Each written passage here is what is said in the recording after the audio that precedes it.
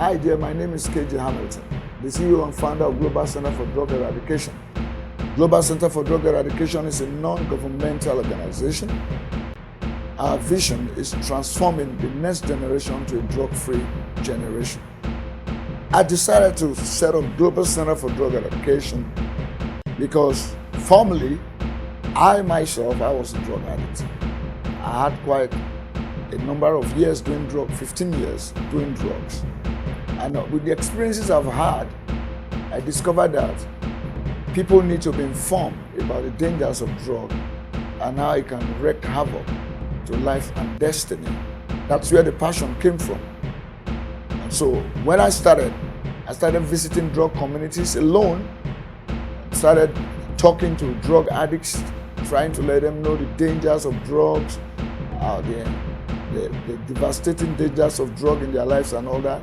And for a long while, I was just doing this alone with the hope that one day I'll be able to have a rehabilitation center that I would use to rehabilitate drug addicts.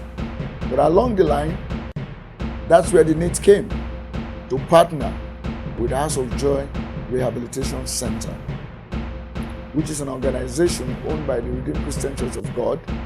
They are into drug rehabilitation. So I coordinate in House of Joy Drug Rehabilitation Center. I lead the team to these drug communities where I sensitize them about the dangers of drug, and I let them know that there is a date set aside for interview where we'll be admitting people into House of Joy. House of Joy is actually 45-bed capacity we have, and so we set a date aside, normally third weekend in February or the last weekend, Saturday, from 10 a.m. That's when we do our interview. And so we mobilize drug addicts from their communities to come for the interview. And then the interviews, there's questionnaires, and then we select candidates. They come in their hundreds, but we only pick 45. And then as soon as we pick those 45, we move them from the interview spot to House of Joy itself, where we bring them in, and then we collect the clothes they brought with them, and we give them new set of clothing and toiletries and whatever, and then the games begin. The first 3 weeks, we take time out to pray.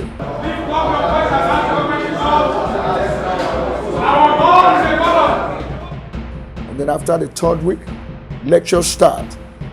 I've drawn up a curriculum of subjects, about 36 subjects, with about 30 lecturers that comes in to take subjects every day. That will last for close to 3 months. There is a need for patience, people at the bus stop. You are going to do a letter, you wait, and one comes, do a letter balance, and then everybody run, and then you are still there. So behave and to relate when the Christians relate. You must know these things before you can graduate. Understanding that your background is slightly different. You understand? Sometimes in life, you need to. You understand? Life is not about you. Life is about people. You think every day when I'm on the street, I don't have something to do. Self-control will also come if you learn to think of the consequences of your action. Don't live in a listener's world, and don't let House of Joy turn into a listener's. The curriculum is divided into two: spiritual topics and motivational topics, to help their minds, talking about the motivational topics. Now, a day-to-day running of House of Joy is like this. As early as 5:30 a.m., the guys, they wake up and they go for their morning devotion. After the morning devotion, they go back to take their shower, brush their teeth, and then dress up and take their breakfast, and they come in for the early morning activities, which involves reading the newspapers to know what is happening in town. Lagos State Commissioner for Health, GAED, a few weeks later. And then interactive sections to find out what is going on within the rehabilitation center. After all that, then they go through some Bible reading and all that. Then after that, lecture starts by 10 and runs off at 12. A lecturer per day. At 12, when the lecture runs off, they go back to their rooms to take siesta. Then by 1, they take their lunch and then go back to go through their notes and all that until evening at about 4, 5, where they engage themselves in other activities like exercise and other things. And then by 6, they come in for the evening fellowship.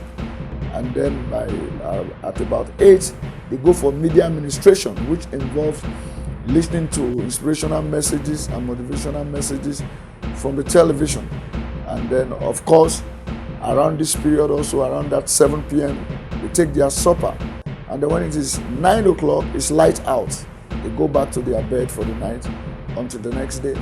But it breaks my heart that during this interview, I have close to 300-400 people that are drug addicts.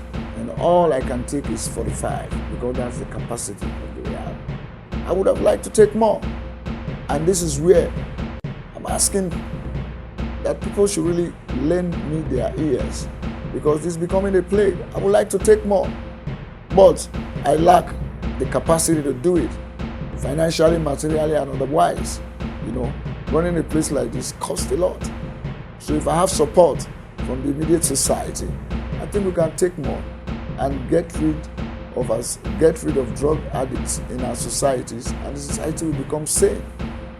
Now, the lectures last for about 3 months, after which they now go through this baptismal classes. Then after that, they are baptized, and by this time, we are getting to the 5th month.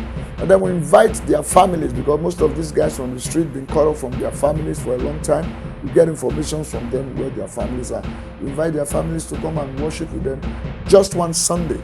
After that Sunday, the following week is graduation time, where we meet for graduation from detoxification class and discipleship class. After the graduation, we give them a 1-week break to go home, and those prior to this time, those who don't have any skill and whatever, we suggest to them that they need to come back to come and acquire skill. So after the 1-week break, those that signify that they've been interested in skill acquisition, they return and they stay with us till the end of the year, which is the period they use to acquire skills. After that, the final graduation, and then we close for the year, take a January break, and start all over in February and get ready to admit new set.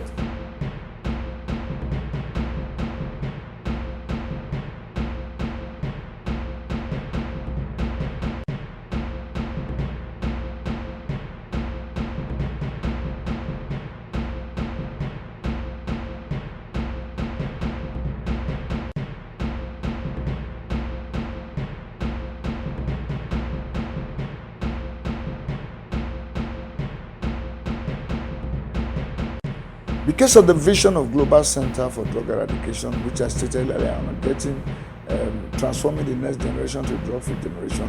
From my experience of rehabilitating drug addicts, I found out that 90 to 95% of drug addicts start as teenagers, most of them in their secondary schools and even now from their primary school.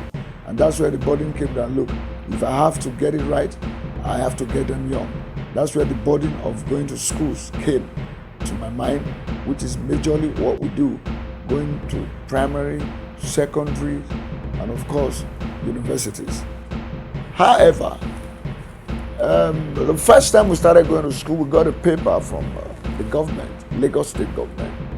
But it was supposed to expire in 2 years, and we renew it. But after the 2 years, they refused to renew it. So, I like us to know that there's a little bit of opposition, resistance to getting into schools, but some principals that understands and know the intensity of what drug is doing to young people gives us the opportunity. Though, what would I like to do is a proper arrangement whereby it's not just speaking to students in the assembly ground, probably making use of their church hall, they are seated and you give them like a 1-hour lecture to be able to expand more. We've had that in some schools, but in most of the schools, they just tell us to come and talk for like 10-15 minutes in the assembly ground.